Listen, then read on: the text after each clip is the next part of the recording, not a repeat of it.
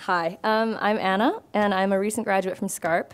Like my colleagues here with me, I was at the Habitat 3 conference in Quito last year, and one of the most memorable sessions that I attended was the Farmers Roundtable.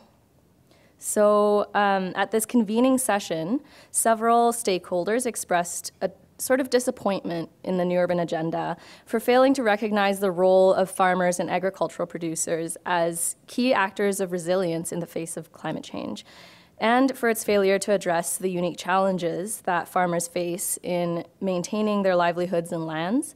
Some of these challenges include displacement caused by urban encroachment, affordability and access to land, privatization of land, and a lack of safe and sustainable urban-rural linkages to target markets.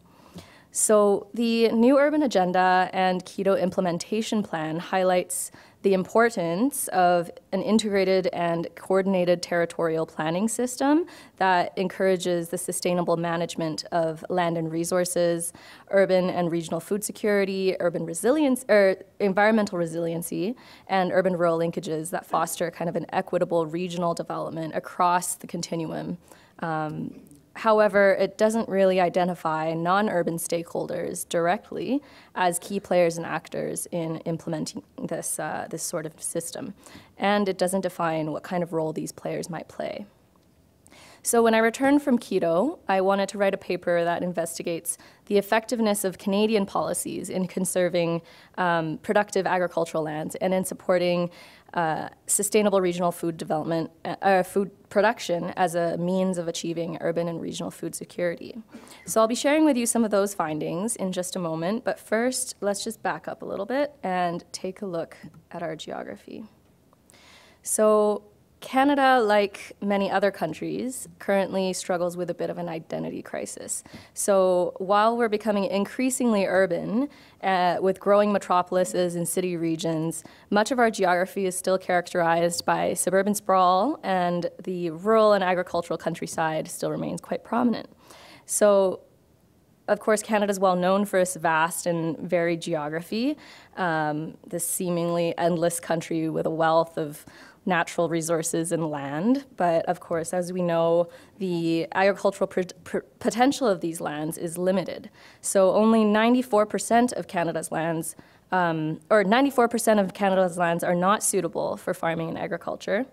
And of the remaining arable land base, only 0.5% is designated as Class 1, which means it has no significant limitations to farming activity.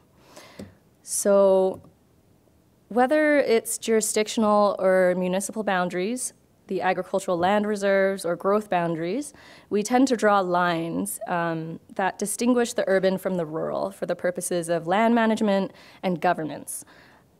Because urban and rural issues can be quite different in many ways, it makes sense to tailor specific planning strategies and actions to address the context of these differences. But what's easily forgotten when working in those boundaries, in cities, within municipalities, are that there are a lot of key interdependencies across these jurisdictions, borders, and growth boundaries. Beyond just food and agriculture, other ecosystem services provide urban areas with water and sewage. Natural and human resources create economic, institutional, and recreational opportunities that pull people in both directions.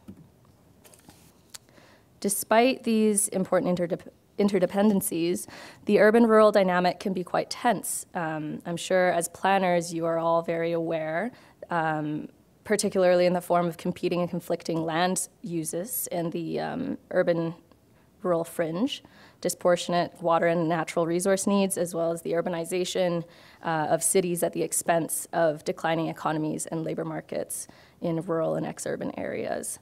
So as planners, our profession is charged with land use planning and policy, which dictates the future of our geographies, our built forms, and our landscapes.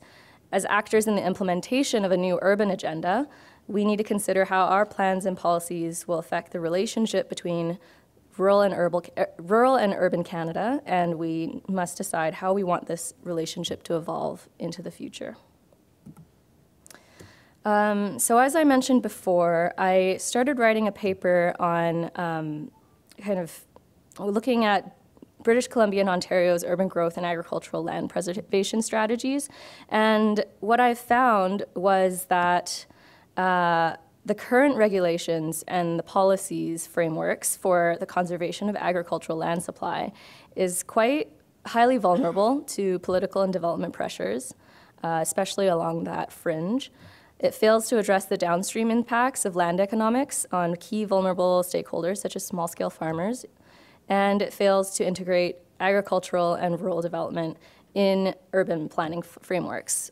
And a lot of this is because there's a kind of a division of jurisdictional power in which we plan our lands. So a lot of that preservation of the agricultural lands is done at a provincial level, whereas municipalities plan for land uses within their own boundaries at that municipal level. So there hasn't been, there's been a bit of a gap between those different jurisdictions while they're trying to achieve the same goals. These are the weaknesses and gaps that I found in the existing policy. So while cities, as we've mentioned, are increasingly seen as places of opportunity, places with answers to creating an environmentally sustainable and resilient future, implementing a new urban agenda in Canada needs to be an inclusive process that brings everyone to the table. Our geographies and identities create social, environmental, and economic challenges, many of which contribute to inequities between urban and rural areas, northern and southern areas, etc.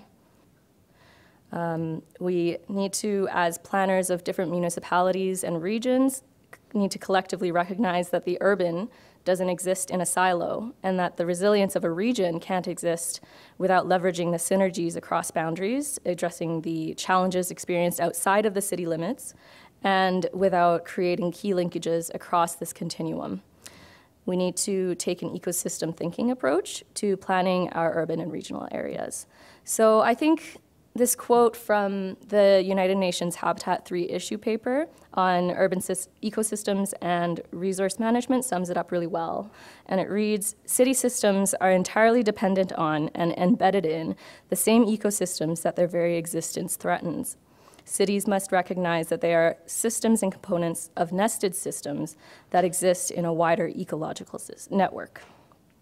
So as we continue our conversations throughout the rest of this session, and as we create kind of the blueprint for moving forward in implementing a new urban agenda in Canada, I suggest that we also have the responsibility to bring the rural and less obvious stakeholders to the table, and to ensure that regional planning and policy has the tools and resources they need to strengthen the urban-rural linkages and connections and to leverage bioregional synergies in planning and resilience for urban growth. In the Lower Mainland, I'm not as familiar with the Calgary context, but to talk about the Lower Mainland as an example, a lot of our food systems is quite interconnected. We get a lot of our food from the Lower Mainland Okanagan area in the interior. And so what this suggests, for example, is that we must kind of take a bit of a more of a holistic regional approach to looking at food systems, as well as in areas of regional transportation, housing, and employment strategies. As an agglomeration in Metro Vancouver of different, over 20 municipalities, it's often easy to forget that together geographically we are one whole. And our Metro Vancouver Regional Authority often has a difficult time trying to impose certain regulations or strategies at the regional level. And so this is why I suggest that in all areas across Canada where there are these agglomerations of municipalities, we need to come together and collaborate rather than compete for the same resources that we all need.